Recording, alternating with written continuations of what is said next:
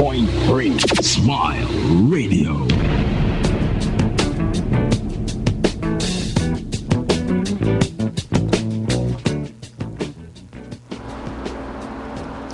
Magandang tanghali po sa kanila. Ito na naman po ako, si Marilyn Camacho.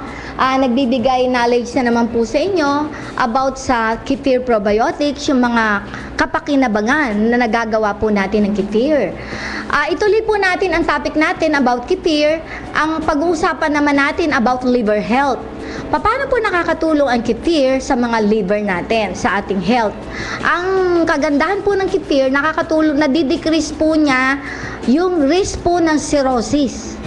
Nire-reduce niya po ang endotoxin level among cirrhosis patients, decrease kidney stones, fight bladder cancer. Yan naman po ang nagagawa ng kefir sa liver health. Pero bago natin yun, talakayin natin, ano po ba ang cirrhosis? Kasi madalas natin madinig yung sakit ng cirrhosis. Ito po ang late stage of scarring, fibrosis of liver caused by liver disease and conditions such as hepatitis and chronic alcohol abuse. Meaning, nagkakaroon daw po ng scar sa liver. Dahil nagkakaroon po ng sakit yung ating liver, tulad po ng hepatitis or chronic alcohol abuse, lalo kung mga yung manginginom, nasisira po inyong atay, kaya nagkakaroon po kayo ng liver disease. Ang ginagawa po kasi, pag nagkaroon kayo ng cirrhosis, yung liver nyo po, unti-unti nagde-deteriorate, hindi na siya nagpa-function ng normal, hanggang sa nagkakaroon na siya ng long-lasting injury sa inyong katawan. Tapos, nagkakaroon po ng scar tissue, peklat. Kumbaga peklat po ang tawag doon. Nire-replace niya ang healthy liver tissue natin. At binablock niya yung flow ng blood sa liver. Kaya po yung dugo, hindi na makapunta sa loob ng liver. Kaya ang epekto noon, hindi na makapunction yun dahil ang trabaho po kasi ng liver, siya ang body's metabolic factory. Siya po ang tumutulong sa pag-metabolize o pagtunaw sa lahat ng ating mga kinakain. Yung mga pagkain na natunaw, kino-convert niya sa energy, pagkayari itong i-digest, pagkatapos napupunta sa blood. Kaya tumutulong siya sa metabolic properties nito. Yun po ang liver function ng liver. Tapos ano-ano pa ba ang nagagawa ng liver? Siya po ang nagte-take up, nag-i-store, nagpo-process ng nutrients sa pagkain, katulad po ng fats, sugar, protein, yung mga karne sa animals, karne sa halaman, yung mga veggie meat natin, tofu, nuts, seeds, yan, mga karne din po yan, yung nakuha natin sa mushroom. Kasi may plant protein and animal protein. At dinideliver to sa rest of body natin when needed. So, siya po ang tumutulong sa proseso, sa pag-store, para lahat po na kinakain natin mula sa fat, sugar, protein, tapos ilalagay niya to sa lahat ng ating katawan. Kaya napakaselan po ng trabaho ng liver. Tapos, making new proteins such as clotting factors and immune factors. Kaya yung gumagawa siya ng new protein para sa clotting, para hindi po tayo tuloy-tuloy ang dugo kung masugatan tayo, hindi tayo magbi-bleeding, at immune factors, para may panlaban po tayo sa infeksyon. Yan po ang nagagawa ng liver. Nagpo-produce din po siya ng bile, yung abdo sa Tagalog. Help body absorb fats, cholesterol, and fat-soluble vitamins. Kaya, siya din po pala ang gumagawa ng abdo natin, yung liquid form ng sa ating atay. May abdo doon, yung mapait na liquid. Ang trabaho po pala ng abdo, ina-absorb niya yung fats, cholesterol, and fat-soluble vitamins. Yan po ang trabaho ng abdo. Tapos, nasa liver po siya, kasi yung abdo po nasa liver po siya bahagi po siya ng part ng liver, nandun siya. Nagkikreate din siya ng abdo. Tapos, inaalis niya yung waste product, yung kidney cannot remove such as fats, cholesterol, toxin, and medication. Kaya yung mga waste product na nanggagaling po sa kidney natin, hindi kayang alisin ng kidney kasi may mga waste po na hindi kayang alisin ng kidney. Tulad ng fats, hindi po kayang itanggalin ng kidney waste na yan. Yung cholesterol, Hindi kayang palabasin ng kidney po yan. Kasi ang kaya lang palabasin ng kidney, mga liquid tulad ng ihe, yan. Yan po ang kayang palabasin ng kidney. Pero yung fats, hindi niya kayang ipalabas yan. Cholesterol, toxins, and medication. Ang nagpapalabas po niyan, ang liver. Siya nagre-remove ng waste, hindi po ang kidney. Tapos, liver can regenerate most of its own cells when they become damaged. Kaya ang trabaho po pala ng liver, gumagawa din siya ng bagong cell niya pag ito ay nasisira. Kaya nakakapag-regenerate siyang kusa. So, if injury to liver too severe or long-lasting, regeneration incomplete liver creates scar tissue. Kaya kung nagkaroon pala ng injury sa liver ng napakatagal at ang pag-regenerate po niya ay hindi kompleto, doon nagkakaroon ng liver ng scar tissue. Kaya nagkakaroon ng scarring of the liver called fibrosis. Kaya yung mga scar na yon, yung peklat na yon sa liver, ang tawag po doon fibrosis. Pag dumami po ng dumami yung peklat na yon, yung scar tissue na yon, na tinatawag na fibrosis, dito ngayon, bandang huli, ito ang tinatawag na nagiging cirrhosis. Ito ang build-up na scar tissue that cause cirrhosis. At ito ay slowly, gradually. Unti-unti po ang pag-develop po ng cirrhosis. Gradual. Kasi padami ang peklat. Yung normal tissue ng liver, nawawala, nahahalinhan ng peklat, scar tissue, hanggang sa dumami na siya. Ayan. Hanggang sa naging cirrhosis na siya. Kaya hindi na ho makakapasok yung dugo sa kanya, yung blood flow, nabablock niya ngayon. Early stage cirrhosis, liver continues to function. Pag early stage pa po ang cirrhosis, nagpa-function pa yung liver. Pero pag nag-worse na po siya, ang scar tissue nito, nare-replace yung more healthy tissue. Kaya pag na-replace yun, liver begin to fail. Chronic liver failure called end-up liver disease. Months, years, decades, liver can no longer perform important function or effectively replace damaged cell. Kaya pag yun ay dumami na po, dumami yung scar tissue, nagkakaroon na tayo ng liver failure. Ang tawag po doon an end-stage liver disease. Ito nangyayari through months, years. Pag nangyari po yon, dumami yung scar liver tissue nyo, hindi na ho nakakapag-perform ng function yung liver. Yung lahat ng nagagawa niya, hindi na po niya magawang, halimbawa, mag-metabolize ng mga fats, yung mga pagkain na sugar, protein, hindi na niya matunaw yon. Hindi na siya makagawa ng protein para sa clotting at immune factors para panlaban sa infection. Hindi na siya makapaglabas ng apdo para ma-absorb yung fats, cholesterol, and fat-soluble vitamins sa atin, lalo kung marami kayong kinakain ng mga fatty foods. Hindi na niya mapalabas yung waste product na hindi kayang ilabas ng kidney, katulad ng fats, cholesterol, toxin, at medication. Siya ho ang nagpapalabas noon. Hindi na siya makapag-function na normal. So, kasi, hindi na niya nare-replace, hindi na siya nakakagawa ng bagong normal cell, maraming ng damaged cell because of the scar tissue, hindi na napapalitan yon. Hindi siya nakakagawa ng new cell para palitan yung damaged cell. Kaya hindi na siya nagpa-function ng normal. Iyan pong effect. Tapos hindi na nakakapasok yung blood sa loob, nabablock na yon. Ano po ba ang karaniwang causes ng cirrhosis? Karaniwan po, ang sakit na maaring pinagmumula ng cirrhosis, nagsisimula muna sa chronic hepatitis C. Kasi kilala lang ho natin, Hepa A, Hepa B, may hepatitis C. Nakukuha po ito sa viral infection, dala po ng inflamasyon o pamamaga ng damage to the liver. Viral infection po ang pinanggagalingan nito. Kaya namamaga yung liver nyo o nag-i-inflammation, napuno ng nana, at nadadamage yung liver. Yung Hep C virus, ang contact infected blood needle stick accident. Nakukuha yun sa infected blood needle stick accident. Kung may infected na Hep C noon na blood na needle, aksidente nalagay sa iyo, yan, pwede ka magkaroon ng Hep C. Injection drug use, halimbawa yung mga nagda-drugs, iisa sila na ginagamit na needle, ay nataon yung gumamit may Hep C. Nagamit mo needle niya, nalagay mo sa iyo, yan, pwede ka magkaroon ng Hep C.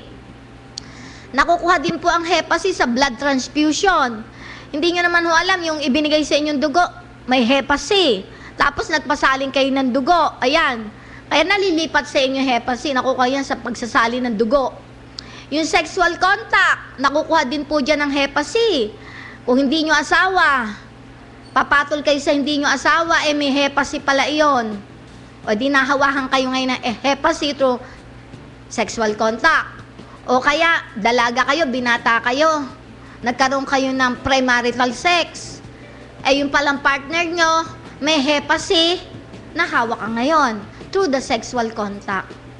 Kaya yan po ang pinanggagalingan ng Hep C. Nakikipag-contact siya sa infected person. O kaya yung nanay na buntis, meron na siyang Hep C, pagbalabas ng bata, may Hep C na rin, nailipat niya sa anak niya. At ang Hep C, pag malala, nauuwi po ito sa cirrhosis din. Naapektuhan po ang liver. Halimbawa, isa din ho sa pinanggagalingan ng cirrhosis, yung alcohol-related liver disease. yung pag-drink po ng 2 or more drinks daily, hindi po makaka-injure ng liver yon. Pero pag ang drinking nyo or more than 3 na a day, ito po ang naglilid nito, amount leads to fat and inflammation, liver over 10 to 12 years. Kumbaga, dadami po kasi ang drinking po ng alcohol. Unti-unti, from 10 to 12 years, kung more than 3 kayo umiinom, 3 bote halimbawa, baka kaka-4 na bote kayo daily, sa loob ng 10 to 12 years, ma-accumulate po, na dadagdagan yung fats doon, tapos nagkakaroon ng pamamaga sa liver, unti-unti, hanggang namamaga, hindi nyo namamalayan, hanggang sa bandang huli, may cirrhosis na po kayo. Kaya dyan po nagsisimula yan. Una, hindi nyo po mararamdaman yan. Pero sa katagalan, naipon yung fats sa inyong liver, hindi nga nailalabas yung waste, naipon po yung, tapos namamaga, hindi nyo alam, dahil po sa inyong alcohol na for 4 na bote a day, more than 3 bottles a day. Bandang huli, kagisa-gisa nyo, may cirrhosis na po kayo. Tapos, isa din po pinanggagalingan ng cirrhosis, non-alcoholic fatty liver disease at non-alcoholic steatohepatitis.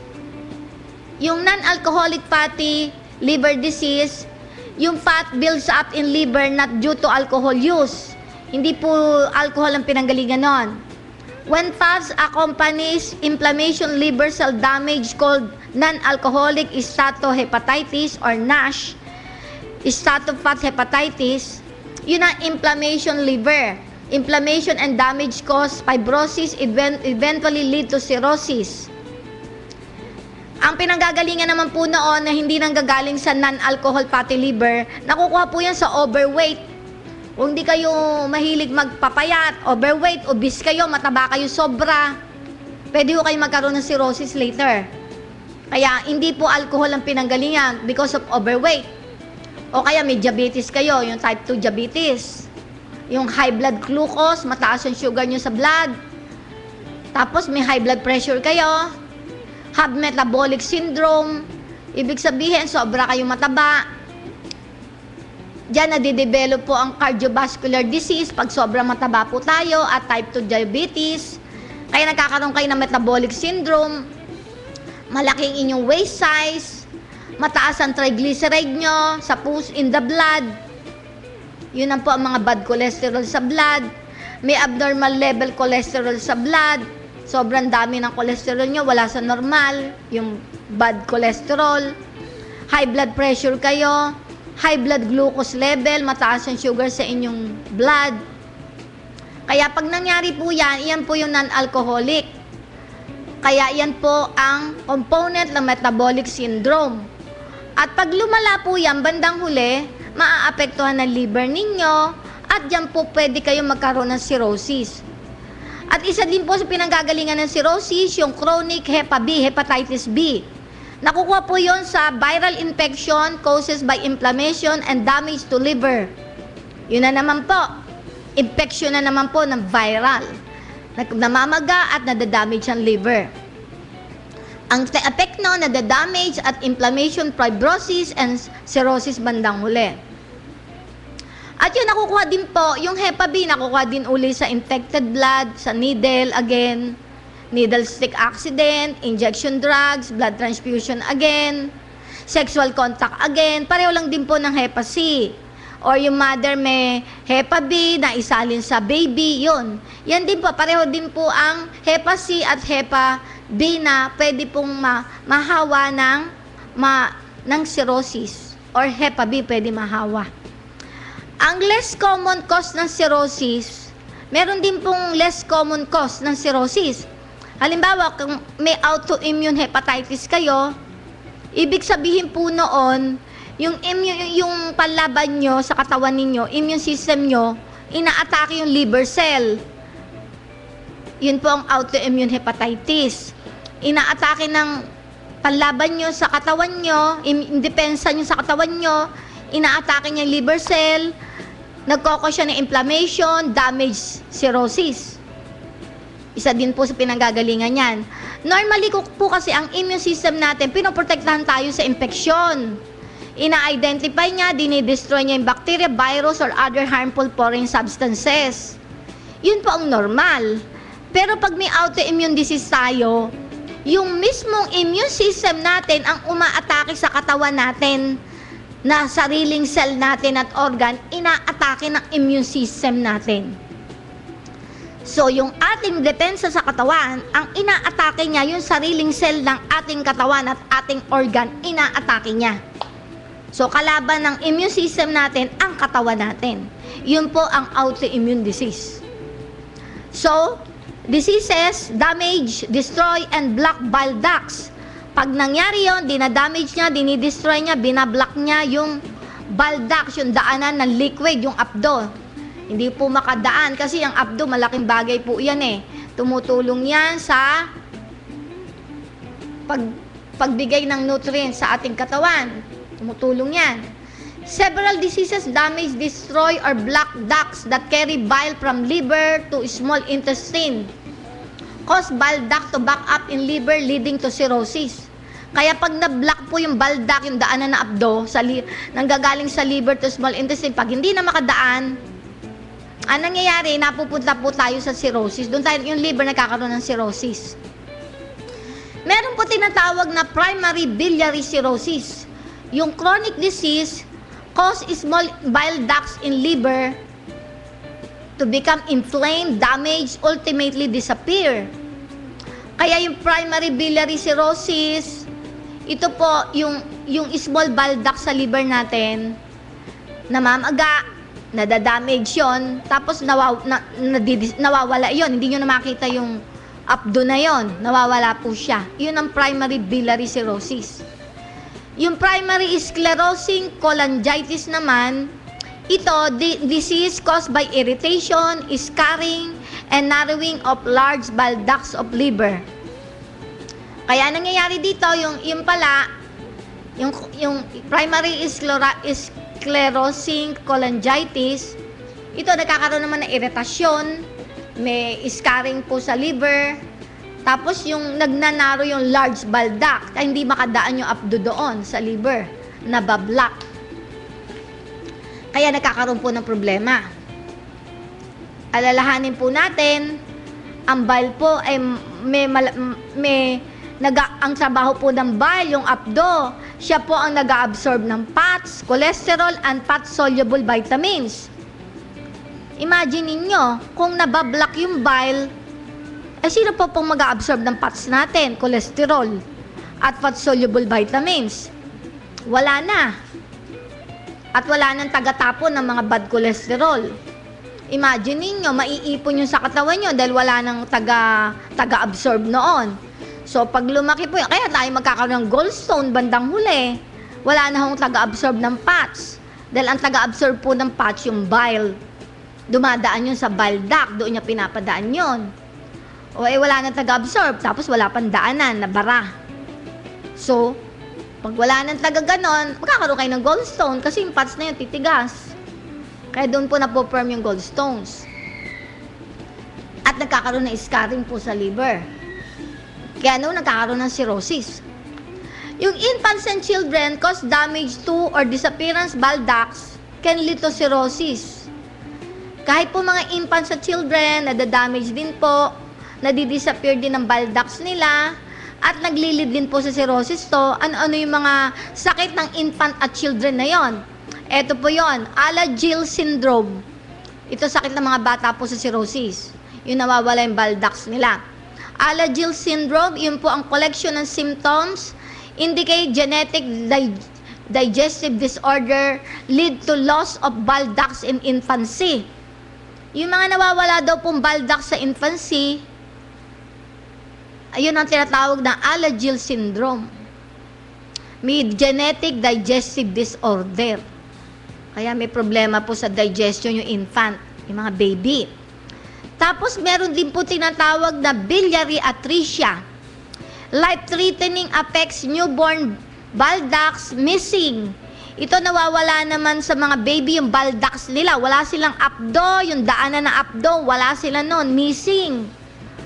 Yun ang biliary atresia sa mga baby. Most common reason, liver transplantation in children. Kaya yung iba nagkakaroon ng liver transplantation sa children. Tapos nagkakaroon din ng mga bata and children, baby, ng cystic fibrosis. Ito po ang inherited disease lungs, intestine, pancreas, and bile ducts, which body does not produce enough fluid, and mucus become thick and blocks of small bile ducts. These blockage bile ducts can lead to cirrhosis.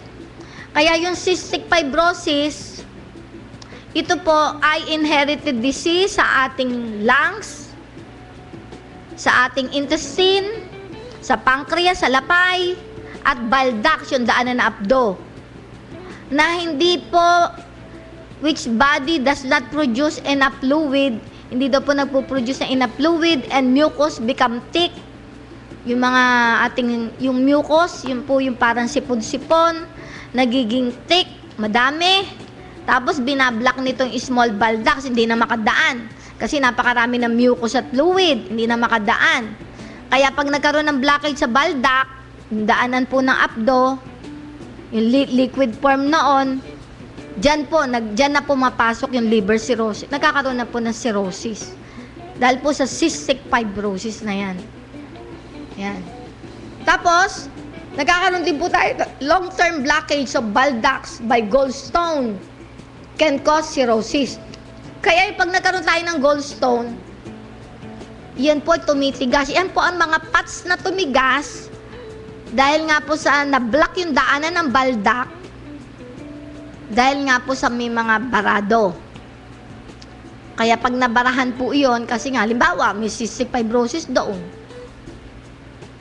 O ibang mga block, yung halimbawa, yung may mga na-damage yun, na-inflame, na maga, hindi makadaan, yan. Kaya nabablock yung small bile ducts, hindi makadaan. Tapos yung may mucus nga, katulad dito, may fluid. Katulad ng cystic fibrosis. Hindi makadaan yung fluid sa, sa bile duct. O maraming mucus, maraming fluid. Kaya anong nangyayari? Pag na-block yung bile duct, nagkakaroon ngayon ng cirrhosis because of the cystic fibrosis. Yan.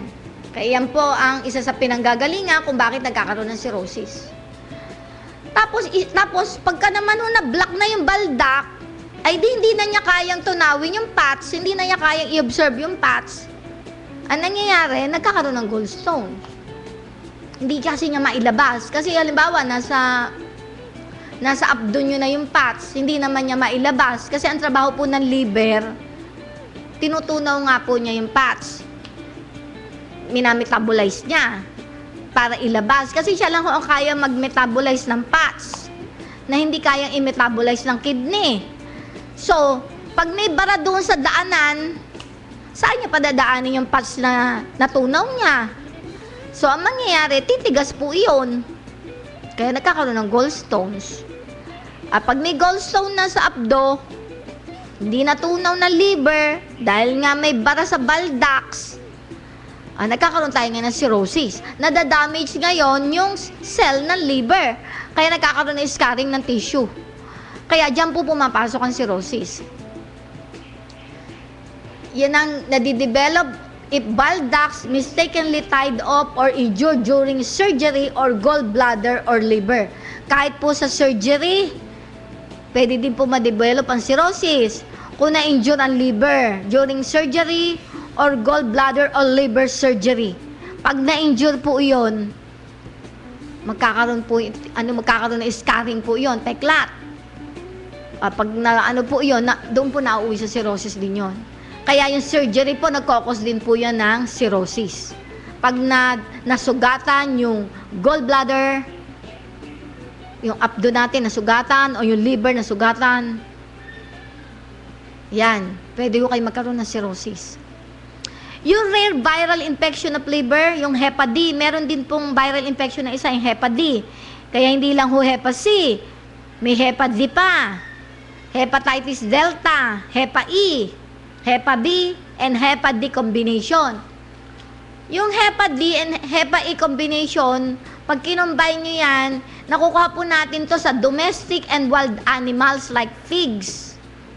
Pag nakakuha tayo ng virus mula sa pigs at wild animals, yung virus noon, pwede din po tayo magkaroon ng hepatitis in human. Doon din ho nakukuha hepatitis. Ngayon, pagka nagkaroon kayo ng hepa, nawi-weaken ang immune system nyo like liver or kidney, nawi-weaken yun.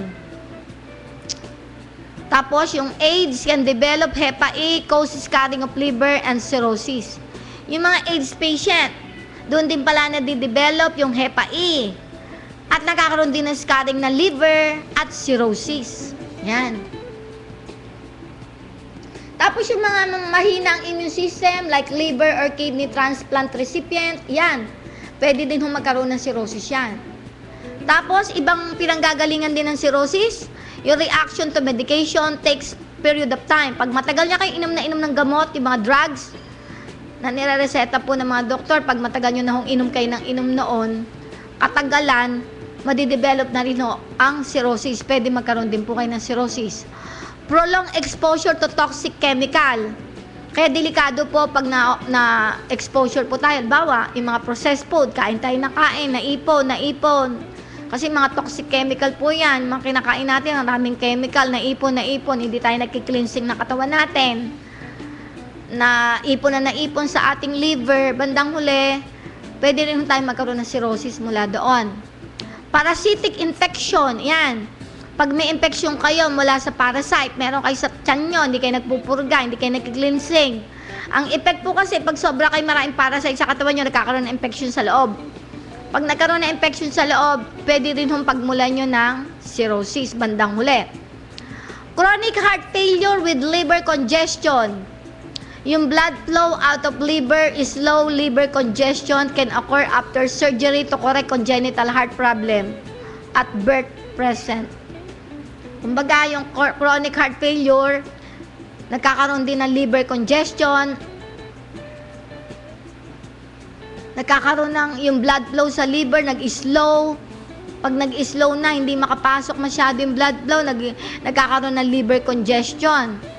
Tapos, after surgery, nagkakaroon ng congenital heart problem. Yan. Isa din yan sa pwedeng possibility na magkaroon po ng cirrhosis. Tapos, signs and symptom.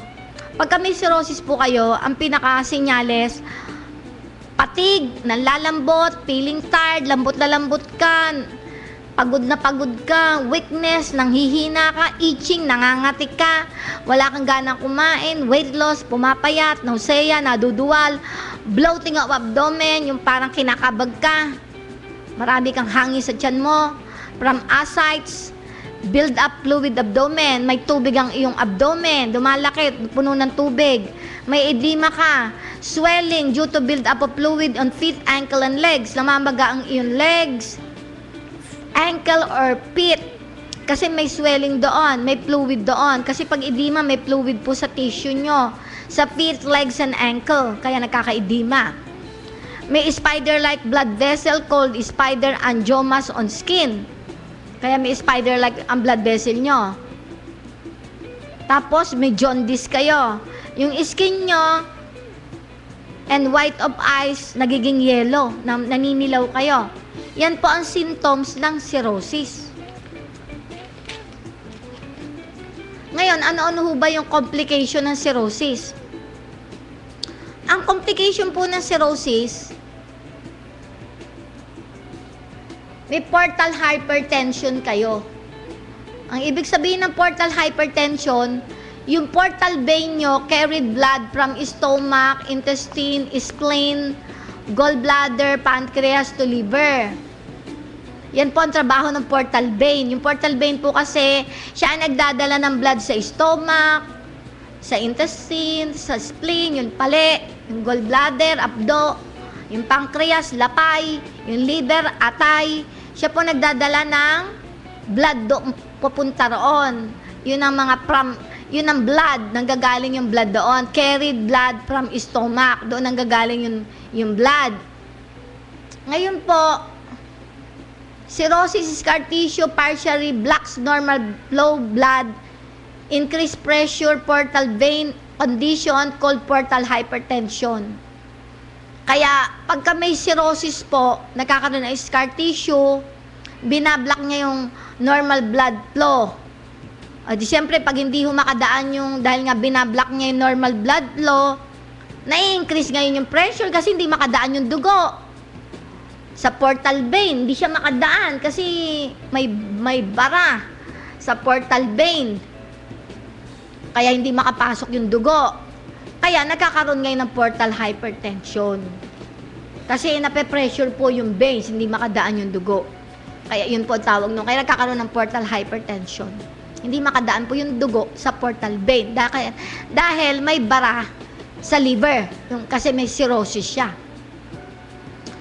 Tapos, two other complication. Ano pa ibang complication ng cirrhosis? Fluid build-up lead to edema and ascites. Pag may cirrhosis po, nagkakaroon daw po ng edema at ascites. Yung edema, may fluid sa feet, sa legs, at saka sa ankle. Meron pong mga tubig na nasa tissue nyo, kaya namamaga. May tubig doon. Kailangan ilabas nyo yun through the urination. Nagkaka-edema kayo. O kaya, edema sa abdomen, yung fluid sa abdomen, tawag doon ascites. Tapos, nagkakaroon ng enlarged blood vessel called varices. Esophagus, stomach, or both. Kaya, lumalaki yung blood vessel nyo, na-enlarge yun. Ang tawag po doon varices. Yun po ang blood vessel na lumalaki sa esophagus natin, daanan ng ating, dito po sa ating pagkain. May esophagus po sa ating leeg. Esophagus po ito eh. Tsaka sa stomach natin, mayroon tayong, yung blood vessel doon, lumalaki po yun. Kaya yun po tinatawag na varices. Yung blood vessel sa esophagus at sa stomach lumalaki. Yun po tinatawag na varices. Tapos, enlarged spleen, splenomegaly. Tapos, mental confusion due to build-up of toxin ordinarily removed by liver. Condition called hepatic encephalopathy. Ayan. Tapos, liver failure cause fluid build-up, result edema and ascites. Yun nga po, katulad ng binanggit ko sa inyo. Yun namang splenomegaly,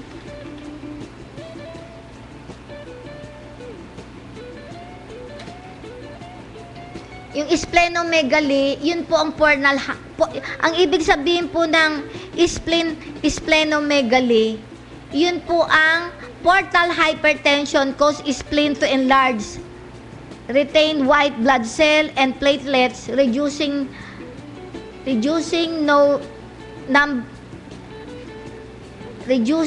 cells and platelets in blood. Kaya ang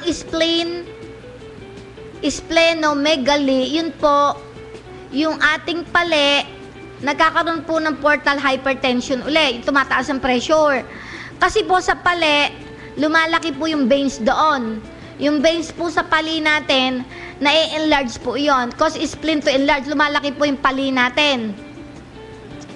Tapos, pag lumaki yung pali natin, pag lumaki yung pali, nare-retain po yung white blood cell tsaka platelet. Hindi makalabas. Kaya, dahil doon, nare-reduce yung number of cells and platelets in blood. Kumakaunti po ang dugo at platelets sa blood natin, hindi makadaan. Kasi lumaki po yung ating pali, yung white blood cell po at platelet, kumonte ang pagdaloy ng dugo sa ating blood. Hindi po makadaan kasi. Kaya pag nagkaroon po ng low platelet count, ang tao po nade-develop ang cirrhosis. Dahil po sa lumaki ang kanyang pali. Because of splenomegaly spleen, nagkaroon po kasi ng portal hypertension. Yung portal vein po, hindi makadaan doon sa pali. Yung dugo doon, hindi makadaan. Nagkaroon ng bara, hindi makadaan. Tapos ang effect, nagkaroon ng pressure, lumaki yung veins doon, hindi makadaan. Ay yung lumaki po yung pali. Ang nangyari, pag lumaki yung pali, yung white blood cell po doon, hindi nga yung platelet, hindi na-retain ngayon doon, na hindi makaalis. Kaya na-reduce yung platelet ngayon sa blood, kumonte. Pagka nag-low platelet na po yan sa dugo, dyan po nade-develop ang cirrhosis. Yun po ang splenomegaly. Yung hepatic encephalopathy, yung isa naman yung sinasabi, ito naman, failing liver cannot remove toxin from blood. So they eventually accumulate in brain. Build up toxin brain, hepatic encephalopathy. Can decrease mental function, cause stupor and coma. Stupor, unconscious sleep-like state, aroused, sharp pain. Coma, unconscious sleep-like state can't be aroused. So, ang nangyayari po dito, yung hepatic encephalopathy, yung liver, hindi niya ma-remove yung toxin sa blood. Hindi niya mailabas. Hindi siya makapaglabas ng toxin sa blood. Yung liver, hindi niya magawa. Hindi niya mapalabas yun. So, ang nangyari, nag-a-accumulate sa brain po yon, yung toxin na yon. Kaya pag nag-build up ang toxin sa brain, yun po ang tinatawag na hepatic encephalopathy. May nagkakaroon po ng toxin sa brain. Kaya pag nagkaroon po ng toxin sa brain, dahil hindi mapalabas ng liver yon, yung toxin hindi niya ma-remove sa blood, napunta sa brain, doon pumunta yung toxin, yun po ang sakit na hepatic encephalopathy, nadidecrease po ang mental function ng tao. Ang cause po noon, nagkakaroon siya ng stupor or coma. Stupor, unconscious siya, walang malay, tulog, kaya lang na nakakaramdam siya pag may sharp pain. Yon, nagkakaroon siya ng pandama. Pero po yung coma, natutulog siya, walang malay, kaya lang kahit na anong gawin mo, hindi mo siya magigising. Yun po ang coma. So, yun po, pwede ding magkaroon ng, siyempre, natural po, pwede din po siya magkaroon ng cause ng complication. Ito po ang mga complication ng cirrhosis. Mga komplikasyon na po yan ng cirrhosis. Yung decreased mental function, epekto na rin po yan ng cirrhosis. May confusion, personality changes, memory loss, trouble concentrating, change sleep habits. Yan, mga epekto po yan pag may sakit kayong cirrhosis. Metabolic bone disease, isa po yan. Ang nangyayari po pag metabolic bone disease, yung disorder sa bone strength, abnormality, meron na kayong abnormal sa bone strength, mahina na yung buto nyo. Tapos vitamin D, bone mass, kulang kayo sa vitamin D, bone mass nyo lumiliit, bone structure, or minerals such as calcium and phosphorus, kakaunti na. Tapos meron kayo osteopenia, yung bone nyo kumakaunti, pumapayat, weaker at dense. Tapos bandang huli, bone loss na, lumiit na yung buto mo. Yun na ang osteoporosis. Kaya nade-develop ang bone fracture. Yan po, effect din po yan pag may cirrhosis na. Yan po mga, kumbaga yan po ang mga komplikasyon na na pwede nating harapin pag may sakit na kayong cirrhosis. Kumbaga, ito yung mga sakit na pwede nating harapin pag may sakit na pong cirrhosis. Tapos, pag may cirrhosis kayong sakit, may gallstones kayo and bile duct stone. Pwede rin ho kayo magkaroon ng gallstone and bile duct stone pag may sakit kayong cirrhosis.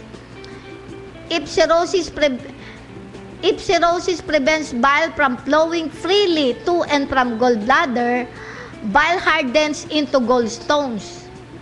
Kaya pag ang cirrhosis, kung may sakit na kayong cirrhosis, hindi na po makadaan yung abdo freely ng yung sabihin nakakadaloy ng walang nakablock. Nakakadaan siya sa gallbladder nyo. Nakakadaan siya sa abdo nyo. Pag hindi na makadaan yon, yung fluid ng yung abdo sa gallbladder, nakaharden po yon. Tumitigas. Yun po ang nagiging gallstones. At pag nagkaroon kayo nun, yun na po ang nagiging abdominal pain, masakit yung tiyan nyo sa right side. Tapos may recurrent bacterial cholangitis kayo. Nagkakaroon po kayo noon, recurrent bacterial cholangitis. Yun po ang irritated or infected bile ducts. Kaya nai-irritate yung inyong bile ducts, yung daanan na abdo, nai-infected yun, punong-puno ng bacteria yun. At stone may also form in and block bile ducts, causing pain, jaundice, and bacterial cholangitis.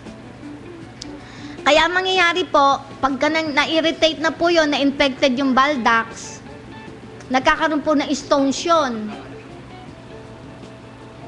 Tapos, stone may also form in and block bile ducts. Kaya ang nangyayari po doon, yung stone, siya ngayon ng hindi makadaan ngayon yung dugo, nabablock niya yung abdo, hindi yung fluid ng abdo, hindi makadaan ngayon because may gallstones na. Kaya ang effect, masakit, tapos naninilaw na kayo, tapos may bacterial cholangitis na kayo, nagkakaroon na po ng pamamaga, irritation, at punong-puno na ng bacteria yun. Kaya magang-maga, punong-puno na nana. Yun po effect nun. Kaya may gallstones and bile duct stones. Tapos may bruising and bleeding. Pag may cirrhosis po kayo. Liver slows production of or stops producing protein needed for blood clotting. Person will bruise or bleed easily. Kaya, ang mangyayari po dito, pag may sakit pong cirrhosis, ang liver, yung slows production of or stop producing protein. Hindi na siya makagawa ng protein needed para sa blood clotting. Kasi ang trabaho po kasi ng liver, gumagawa din po siya ng protein. Di ba sinasabi ko sa inyo, nagagawa siya ng new protein para magkaroon ng blood clotting. Para pag nasugat kayo, madaling maampat yung dugo kasi nagba-blood clot. So, pagka ang liver po ay may cirrhosis na, hindi na siya makaproduce ng protein na yon. Kasi hindi na siya nagpa-function na normal. Kaya, ang nangyayari, madali na kayo masugatan at madali kayo mag-bleeding. Tapos, sensitive to medication. Cirrhosis, sabi dito, is low liver ability to filter medication from blood, produce more side effects, people with cirrhosis. Kaya nangyayari po dito, pagka may cirrhosis po kayo,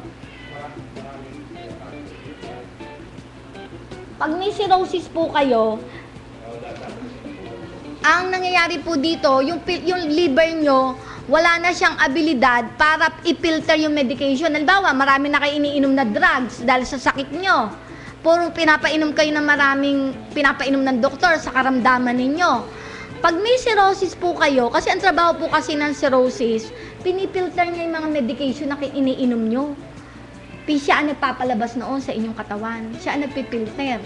So, ang nangyayari po dyan, pagka may cirrhosis kayo, hindi na niya napipilter yung mga medication sa blood nyo.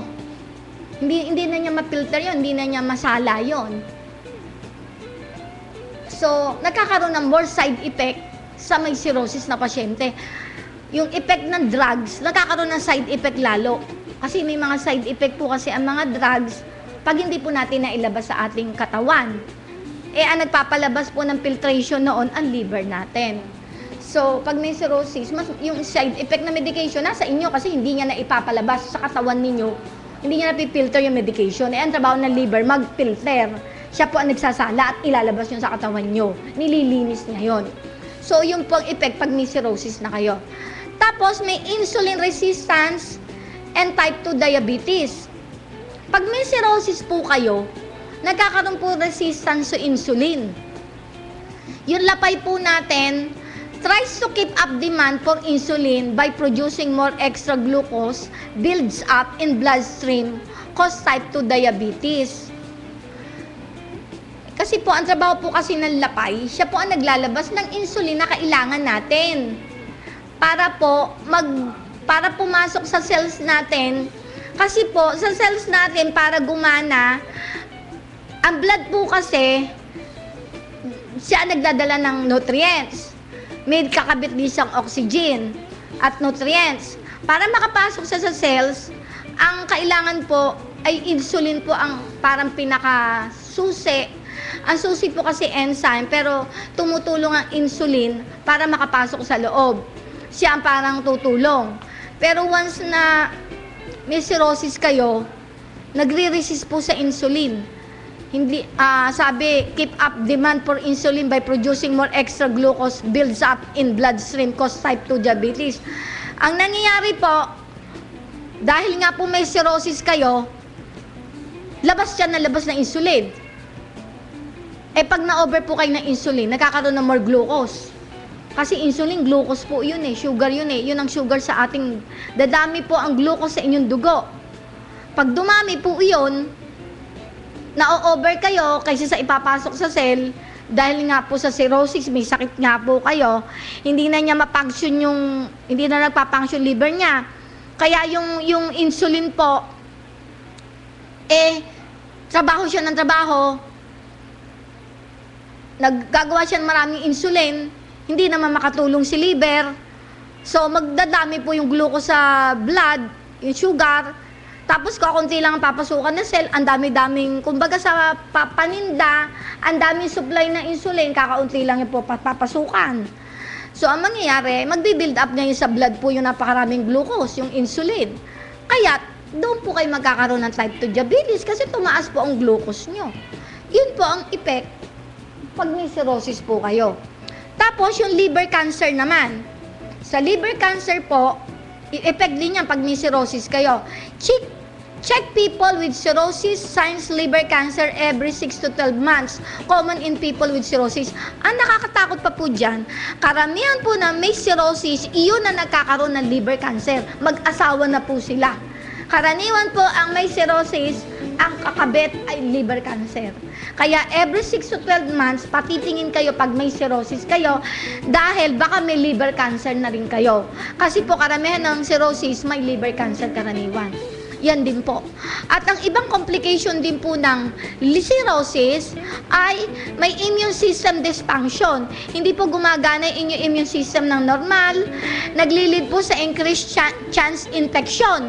Kaya pag may cirrhosis kayo, madami kayong infection sa katawan. Punong-puno kayo ng infection. May kidney and lung failure, known hepatorenal and hepatopulmonary syndrome. So, nagkakaroon kayo ng renal kidney failure and lung failure. Yun ang hepatorenal, yun ang kidney failure. And hepatopulmonary syndrome, yun ang lung failure. Kaya yan po ang mga sign ng cirrhosis. At ang karaniwan po, pag may liver problem kayo, cirrhosis, yung liver nyo po, pagka inano po namin, pinalpate po namin, kunyari kinakapa namin, ang liver nyo matigas. Tapos yung tiyan nyo po, abdomen nyo malaki, punong-puno po, na may punong-puno po ng tubig. Na-enlarge po yung abdomen. Yan po ang karaniwan pag may cirrhosis. So, yan po ang mga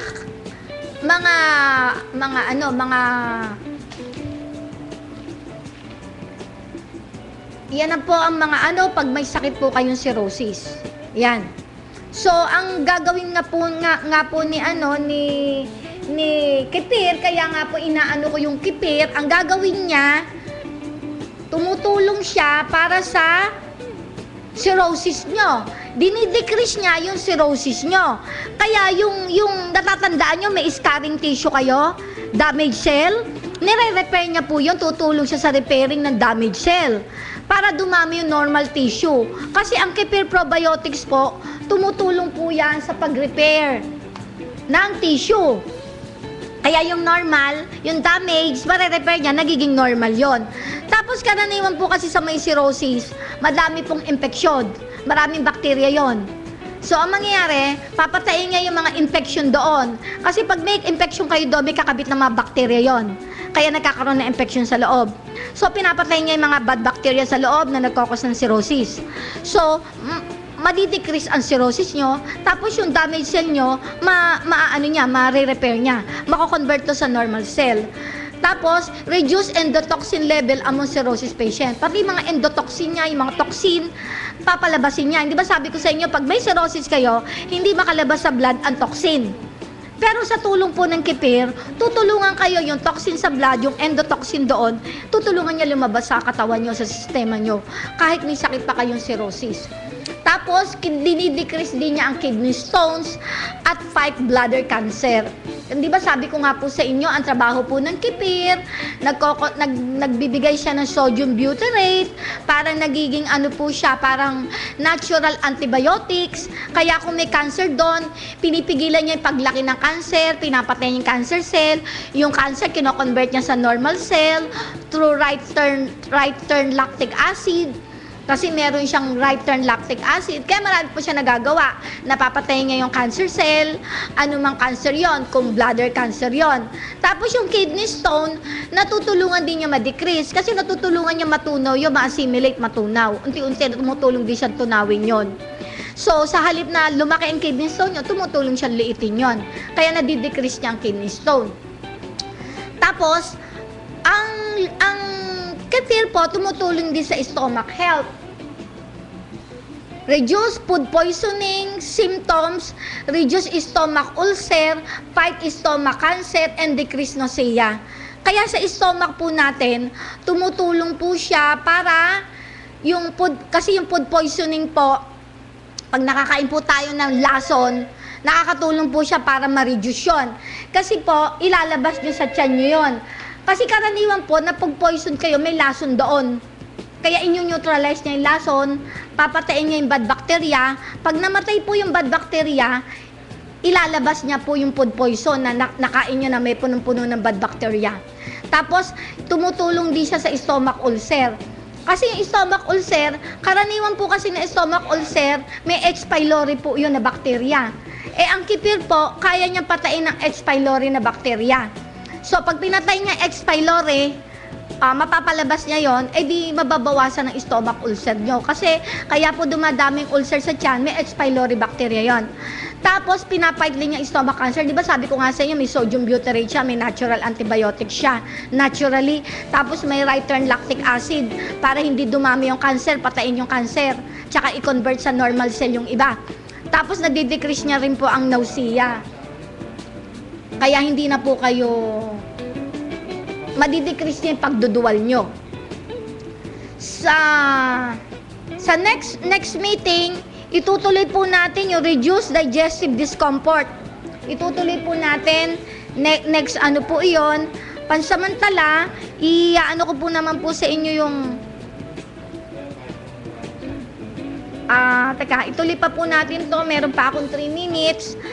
Sabi dito, reduce digestive discomfort. Ang Kefir Probiotics nakakatulong din po sa flare-up of chronic pouchitis. Ano po itong pouchitis? Pouchitis is surgical artificial rectum from ileum gut tissue inflamed and infected. These artificial pouches with many harmful bacteria, same symptom, colitis, diverticulitis. Yung pouchitis po kasi, ito po yan. Kunyari, kasi po, pag nagka-colitis po kayo, ang karaniwan po kasi ng colitis, namamaga rectum nyo, nai-inflame, namamaga, punong-puno ng bakterya at infeksyon. Tapos, ang gagawin po niyan, pag yan hindi nyo nagamot, yung left side po ng large intestine nyo mamamaga. Hanggang sa buong large intestine nyo mamamaga. Punong-puno po na infection yan at harmful bacteria.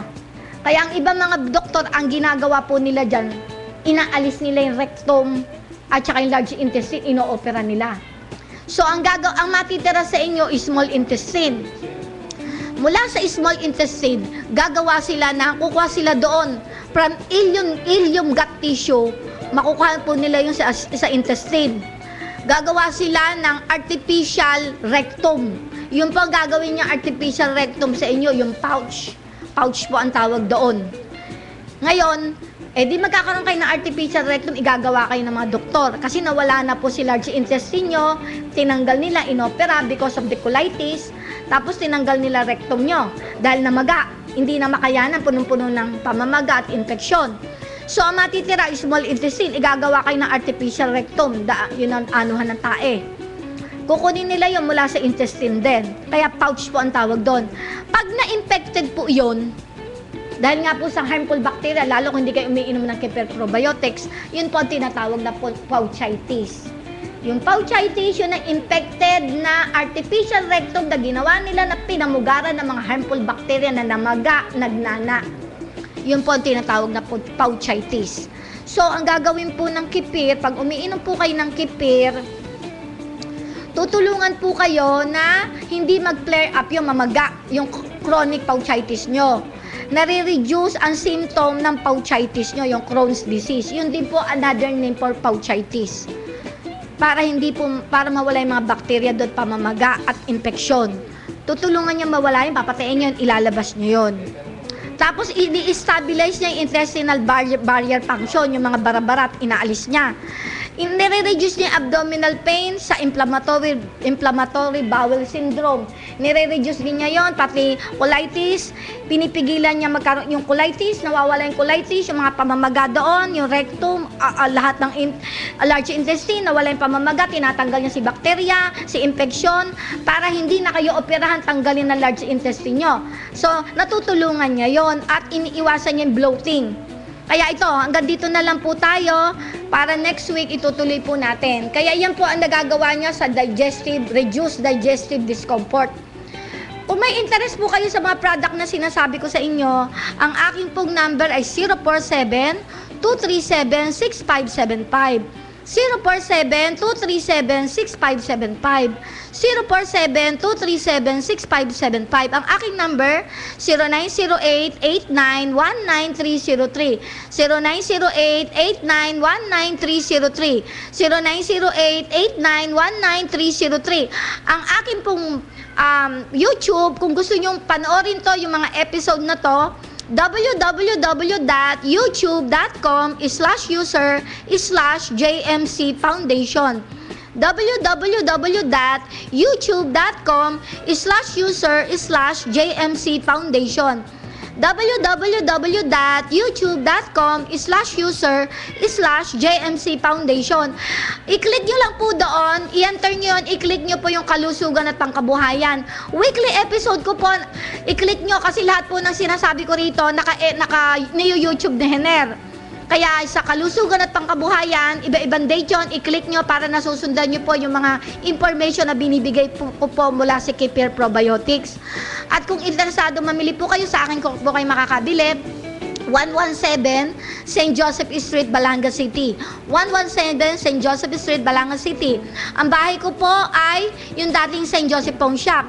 Katabi ko po yung abandoned building, yung dating Radio City, yung Sam's Pizza dati. Yung abandoned building, katabi po ang bahay ko, may gate po yon. Doon po kayo makakabili sa akin ng Kefir Probiotics at may iba-iba po akong iba pang item na tinitinda, katulad ng Top 31. Ala na ho ako sa Nutri 21 Juice, Top 31 na. Yung juice namin hindi na po 21, 31 na po in one. Kaya may bago po kami product, yung Top 31. Makakabili din po kayo sa akin. Tapos meron din po akong napkin, yung panty liner na pwede nyo itapal, nakakaliit ng prostate, nakakatanggal ng mga nana sa breast, pwede siyang gamitin ng babae, lalaki, pwedeng itapal kahit saan sa katawan. Tapos meron din po akong bagong sabon na detergent na pwedeng gamitin sa toilet, pwedeng pamatay ng anay, ng ipis, pwedeng pamatay ng langgam, pwede overall, pwedeng gamitin sa toilet, sa panglinis ng pinggan, pwede sa dandruff, i-shampoo nyo. Meron po akong ganun detergent ngayon. Tapos, meron pa ako iba-ibang product. So, ito, kaya kung interesado ko kayo, makipag-ugnayan po kayo sa akin. Ito po si Marlene Camacho, nagpapasalamat po sa inyo. Next week, magkita-kita po tayo. Salamat po.